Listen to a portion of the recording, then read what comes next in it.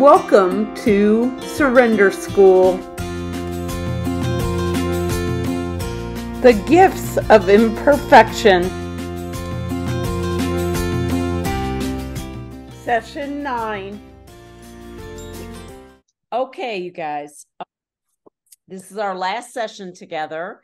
I can't believe it went so fast.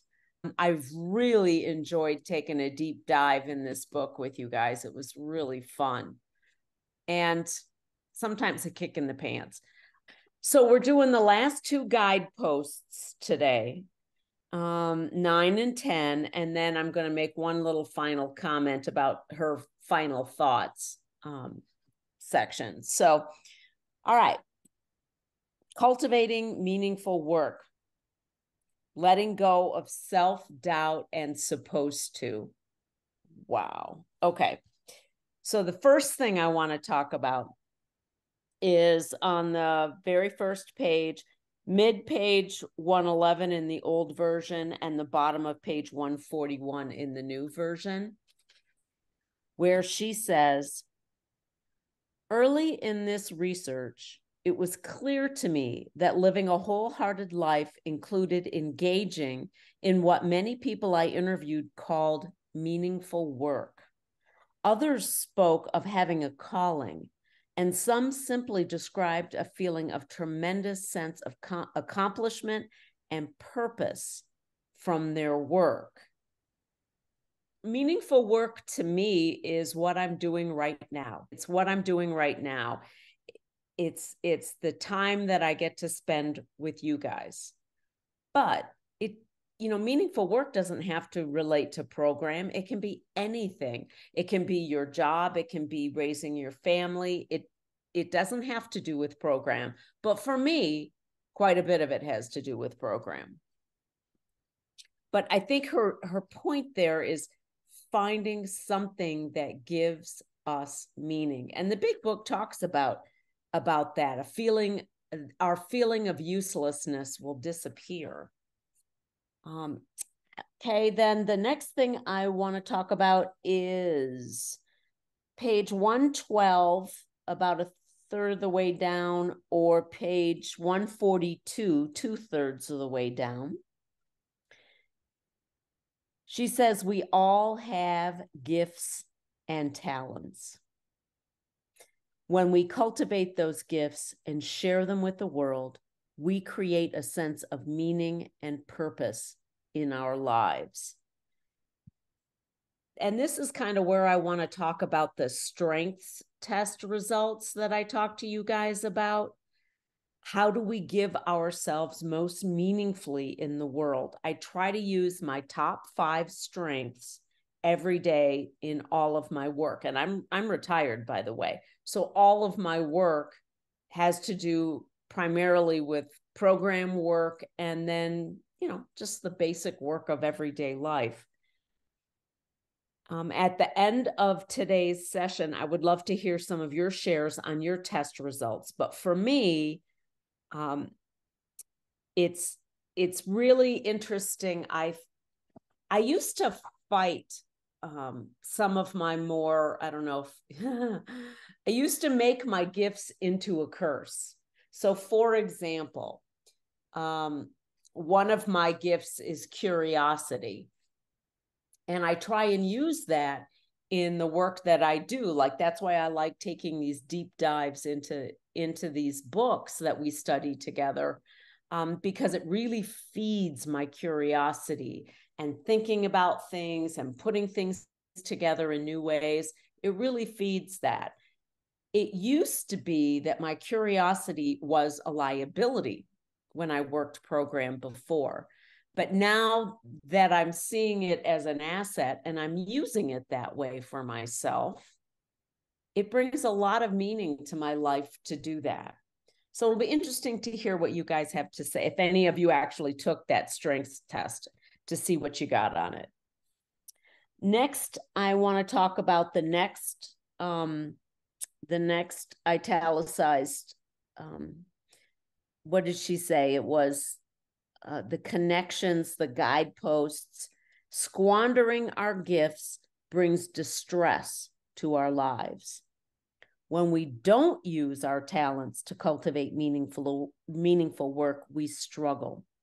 We feel disconnected and weighed down by feelings of emptiness, frustration, resentment, shame, disappointment, fear, and even grief.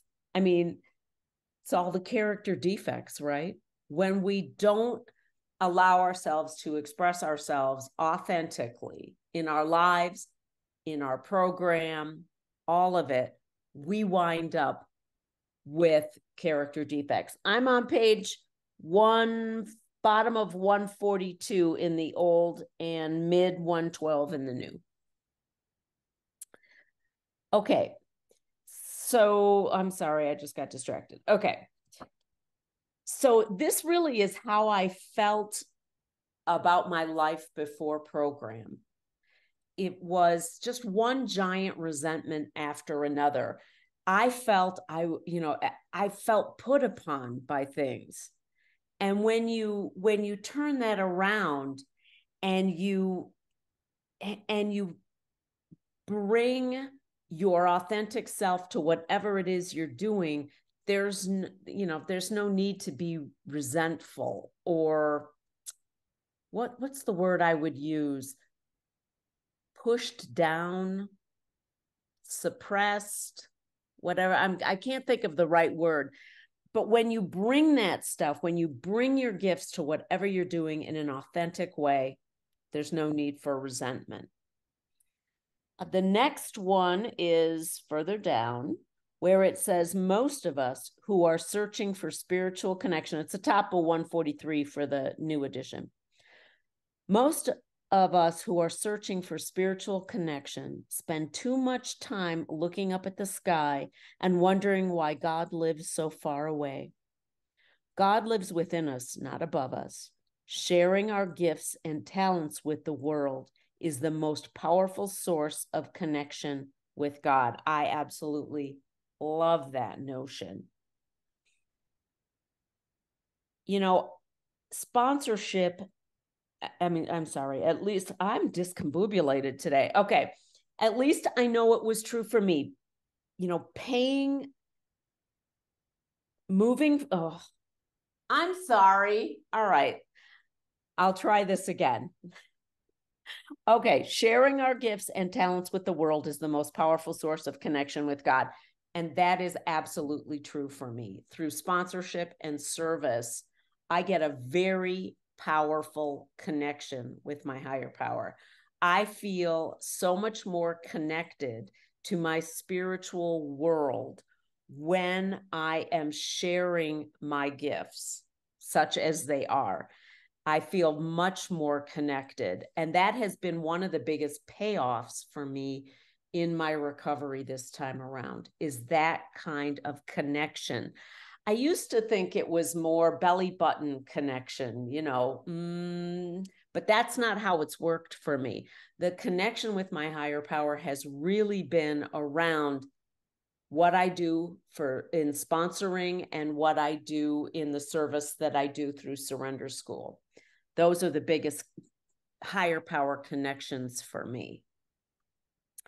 The next one is using our gifts and talents to create meaningful work takes a tremendous amount of commitment, because in many cases, the meaningful work is not what pays the bills.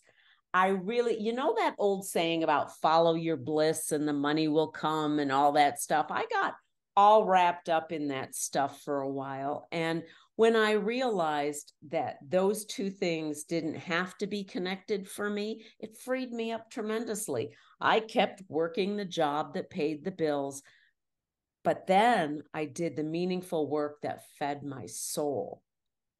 And I think sometimes those things are the same, and that's great if they can be, but they weren't for me. They weren't. And, once I allowed that to be true, it really opened up the world for me. Next thought is 2/3 of the way down on page 143 or at the very bottom of page 112. No one can define what's meaningful for us. Amen. We have to do the work to figure that out for ourselves. And sometimes that means, doing some stuff that may or may not turn out to be meaningful for you, but you have to do the experiment in order to figure that out. I never in a million years would have ever thought I would be doing this on a Sunday afternoon with you guys. I mean, I like to fly under the radar. I like to blend in with the wallpaper, and this is not that. But I have found it to be really, really meaningful for me in my own program. So you do have to do the work to figure out what is meaningful for you. And I bump up against this a lot in people that finish the steps and they get to step 12 and they start thinking about having to be a sponsor and sponsorship. Sponsorship is very important. It's been very important for my recovery and in my life, but that doesn't necessarily mean that it's absolutely for everyone. Maybe they're going to do meaningful service in another way, like moderating a meeting, starting meetings, things like that. Sometimes sponsorship isn't for people. And I know that's sacrilegious, but I have found in working with sponsees that it's not always 100%. And I've seen people start into sponsorship and then go back into the food.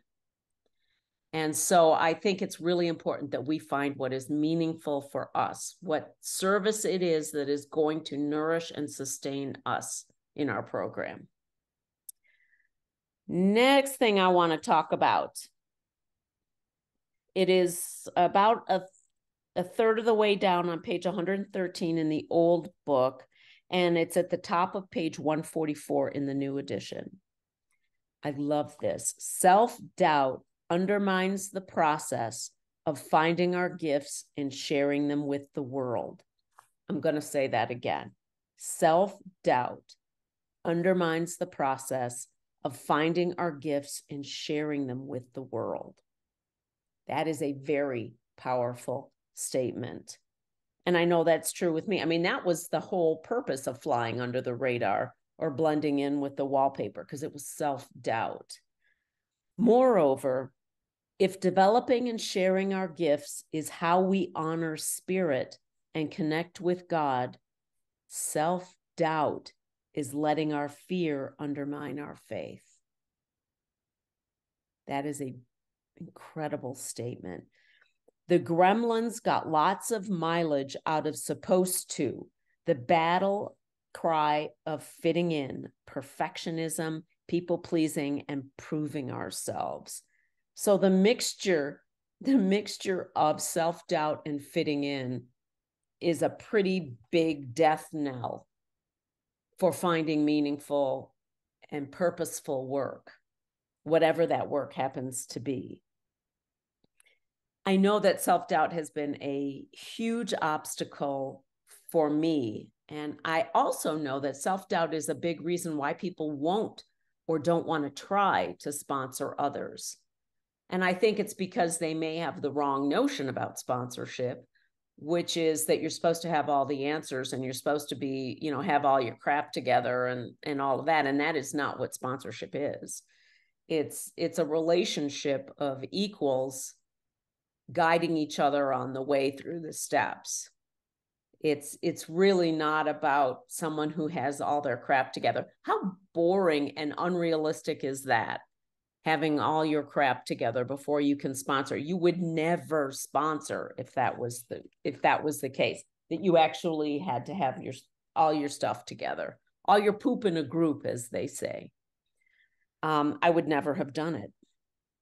Next thing I want to talk about is the bottom of page 113 or the bottom of page 144. Gremlins are like toddlers. If you ignore them, they get louder. It's usually best to just acknowledge the messages. Write them down. I know it seems counterintuitive, but writing them down and owning the gremlins' messages doesn't give the messages more power. it gives us more power. And I would add, it gives us more power to choose differently. Own my self-doubt, own my gremlins. Don't push them away. Don't try and stuff them down. I mean, quite frankly, I needed food to stuff all that stuff down. So embrace them, you know, and I would add, take your gremlins, take your self-doubt to your higher power for a reality check. Is this stuff even really real? Or am I making this stuff up? Am I making something mean more than it really does? I really like that. Next thing is about a third of the way down on page 115 and about 3/4 of the way down on page 146. Overcoming self-doubt is all about believing we're enough and letting go of what the world says we're supposed to be and supposed to call ourselves. Again, amen to that.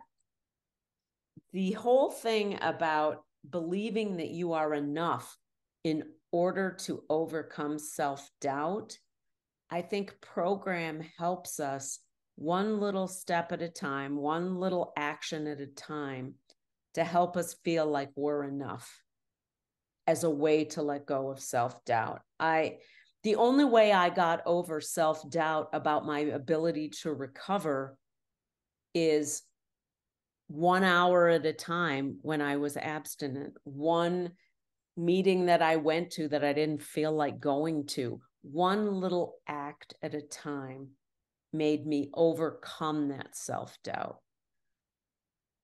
Next thing I want to talk about is a quote by Howard Thurman in the next paragraph, the very next paragraph, where he says, oh, I love this. Don't ask what the world needs.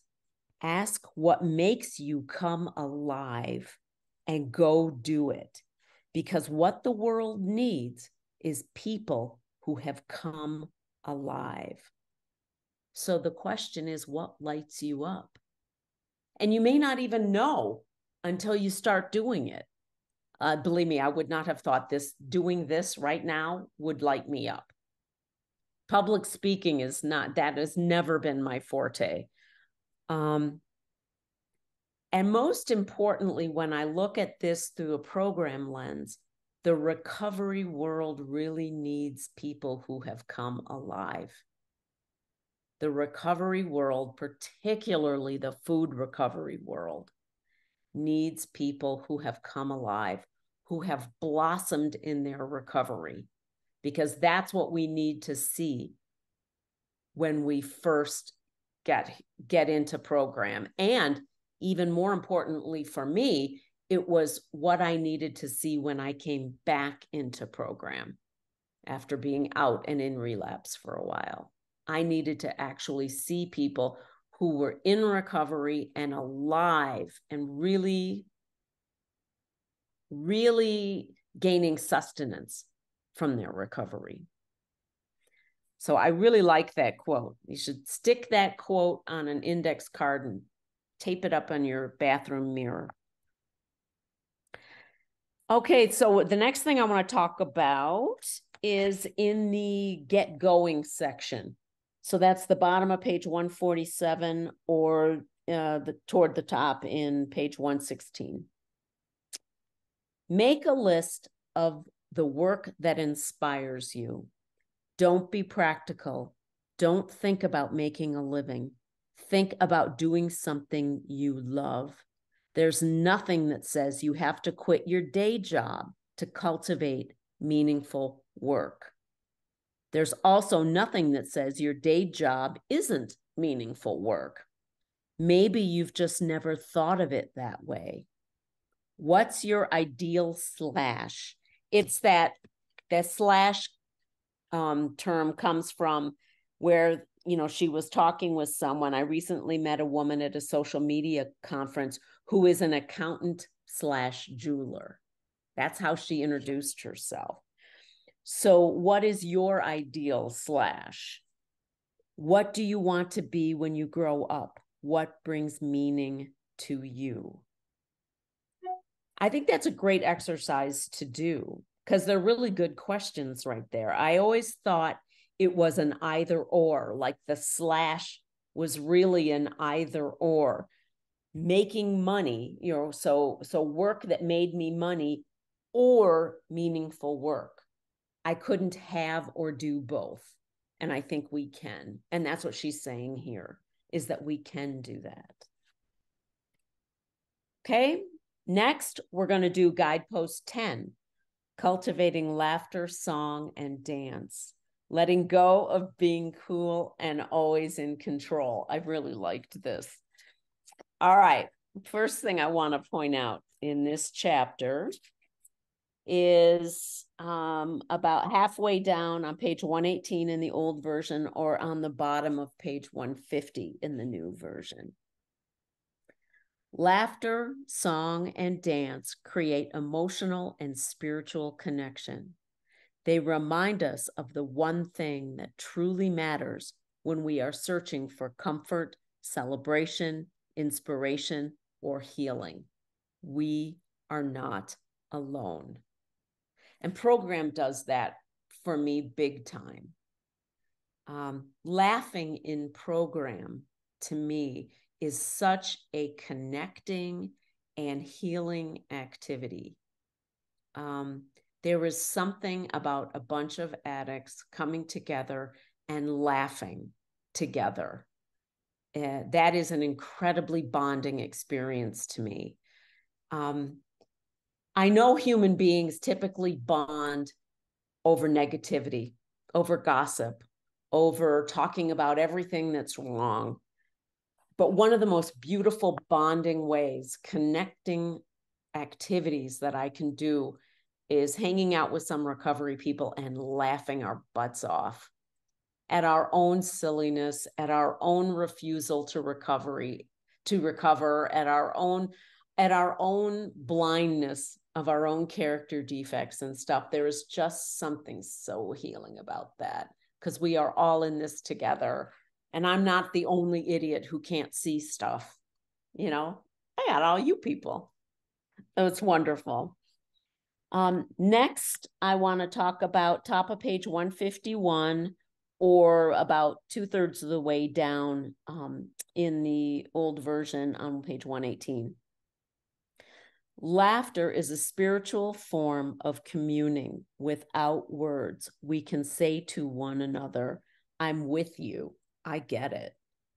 Knowing laughter embodies the relief and connection we experience when we realize the power of sharing our stories. We're not laughing at each other, but we are laughing with each other.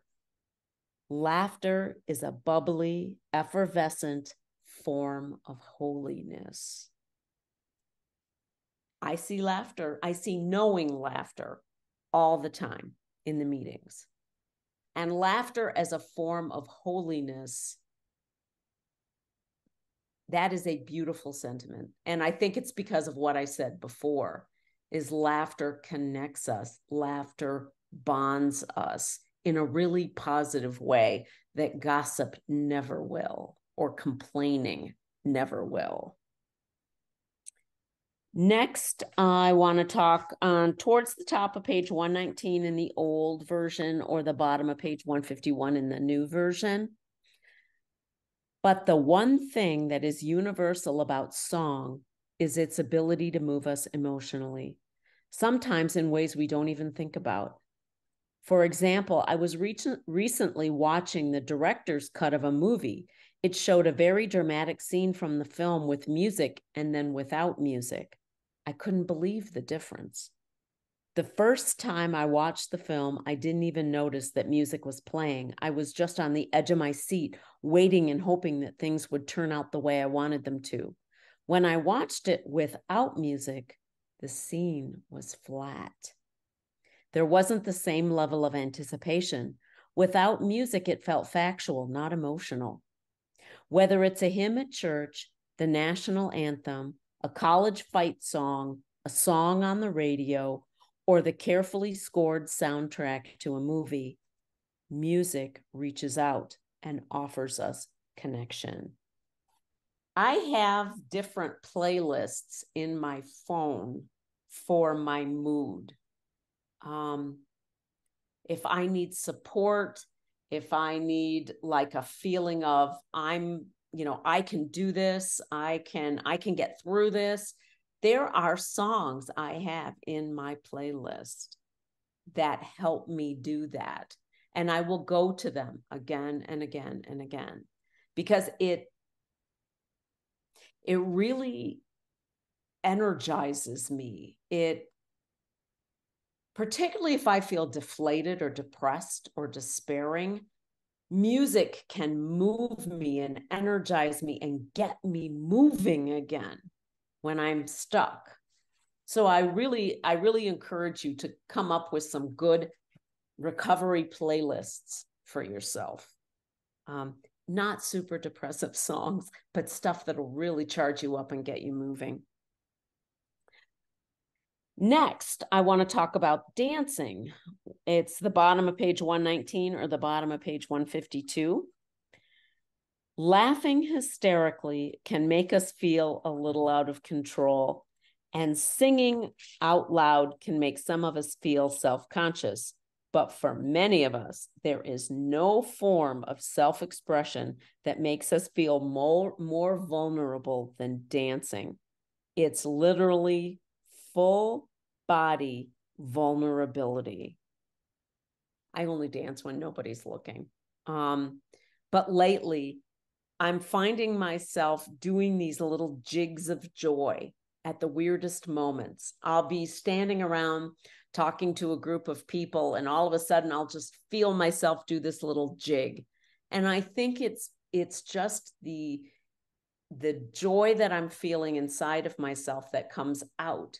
It expresses itself as a little dance. So I'm trying not to stop myself from doing that and just let myself do that. But it is vulnerable because it looks silly. But you know what? It's bubbly, it's effervescent, like she said, and I'm trying to let myself do it. And then I thought it was interesting on mid-page 120 in the old or mid-page 153 in the new. Until we teach our children that they need to be concerned with how they look and with what other people think, they dance.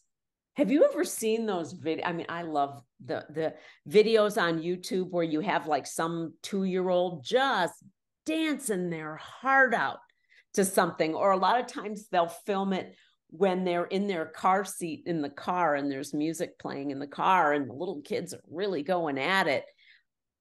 I just love that because it looks like pure joy, and all cultures dance. It is a very human thing to do. All cultures dance.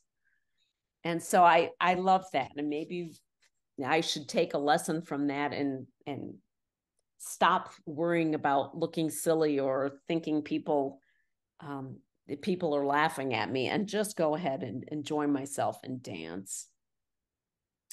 Next is at the bottom of page 120 in the old, or the top of page 154 in the new. There are many shame triggers around the vulnerability of laughing, song, and dance. The list includes the fear of being perceived as awkward, goofy, silly, spastic, uncool, out of control, immature, stupid, and foolish. Every single one of those things is a shame trigger for me.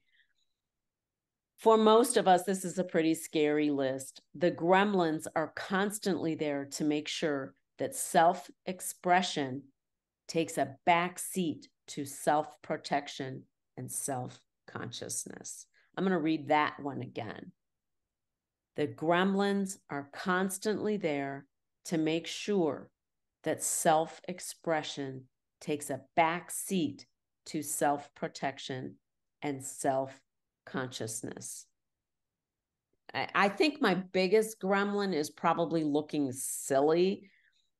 For me, self-protection was paramount above every single thing else. Blending in with the wallpaper was all about self-protection and self-preservation. I don't know about you, but I did get a lot of messages as a kid when I was feeling exuberant and feeling really enthusiastic and you know, chattering up a storm and talking about something. I was absolutely told to stop it and to stop being ridiculous. And so self-expression was something that only weirdos did. That's the message I got, really. It was much more important to fit in and to not look silly and to not look silly. And so I think I may start having to practice looking silly.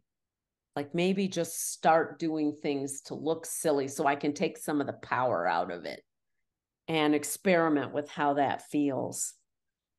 Next thing I want to talk about is the top of page 121 or mid page 154.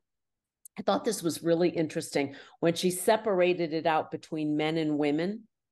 She said, women spoke about the dangers of being perceived as getting too loud or out of hand. Men were quick to point out the dangers of being perceived as out of control. I think that's really a very interesting gender difference there. I know for myself, being loud or out of hand was something that I worried about. And it was something that got corrected. I have a naturally loud voice. I talk very loud. I rarely use an indoor voice. And that is something that I got corrected over and over and over again. I don't know. I'm not a man, so I don't know, but I am certain being out of control, the machismo around being in control and tough is probably a pretty big cultural statement that men are taught. And I know women are taught to be polite and not too loud and brazen and all that kind of stuff. So I can relate to that. I don't know if you guys can relate to either one of those. But we box ourselves into these artificial made up rules about things, and then we suffer because of it. And I think we diminish ourselves because of it. Next, couple paragraphs, or the next paragraph down, mid page 121 or the bottom of page 154.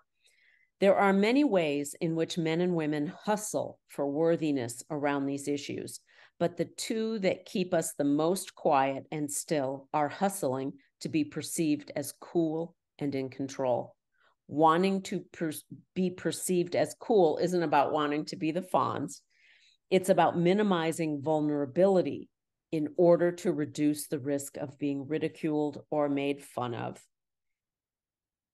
You know, I mean, with my history of being a fat kid, being made fun of is probably one of the biggest fears for me and the one that I hustle the most around worthiness for.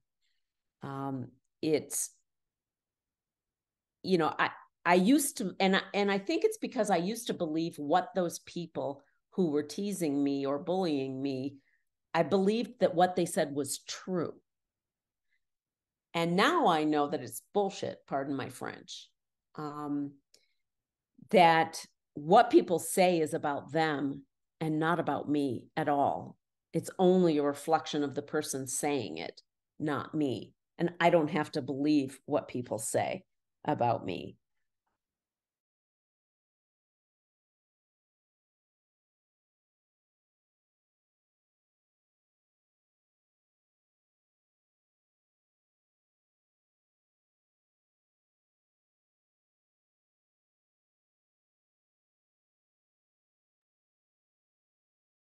Is Linda paused? Yeah.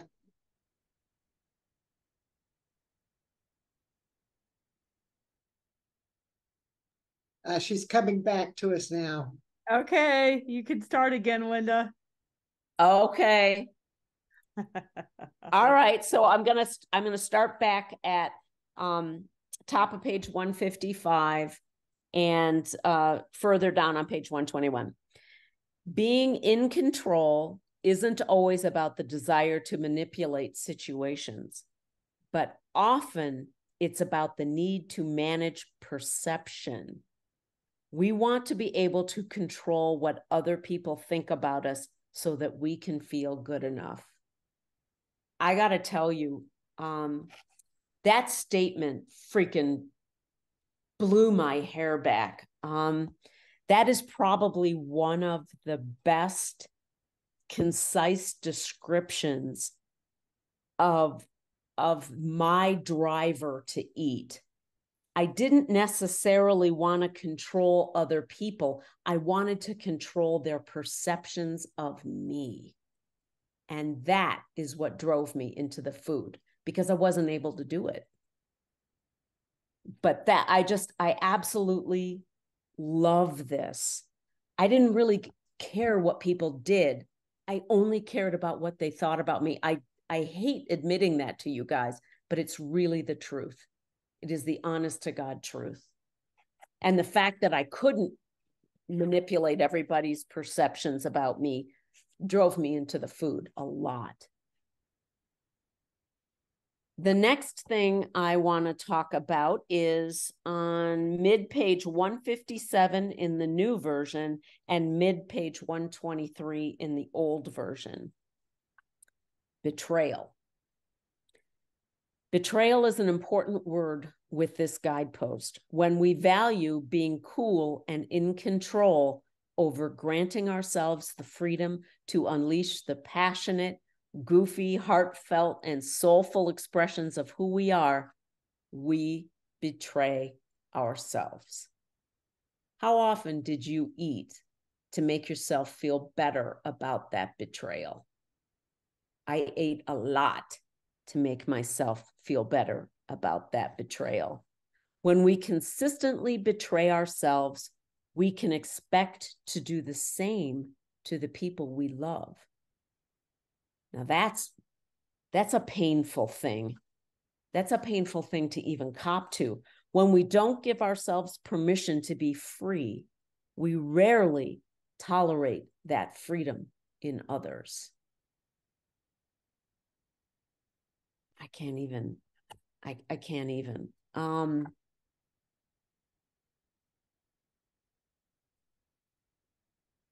It's taken me a long time in program to see that how I feel about myself, how I treat myself is reflected in how I feel about others and how I treat others. I used to think that I treated others so much better than I treated myself. But that wasn't really true. And I certainly didn't think about others any better than I thought about myself. Yeah, I don't know if I don't know if it's possible to see that until you start treating yourself better and seeing how that winds up in your behavior to others. I don't know, but I'm here to tell you that it's absolutely true. Next is in the next paragraph down. The Hopi Indians have a saying, to watch us dance is to hear our hearts speak. I know how much courage it takes to let people hear our hearts speak, but life is way too precious to spend it pretending like we're super cool and totally in control when we could be laughing, singing, and dancing. I had the privilege of being invited and being able to watch one of the Hopi home dances up on one of the mesas in Hopi land up in northeastern Arizona.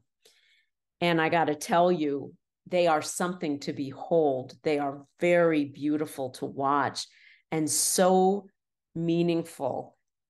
and they dress up in all kinds of costumes and they do these beautiful dances. And I have to tell you, I would like to be able to express myself like that without worrying about if I'm cool or without worrying about if I look in control.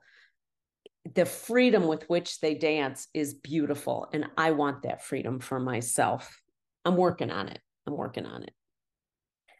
The final thing that I want to talk about today is on page 125 toward the top in the old version and in mid page 159 in the new version.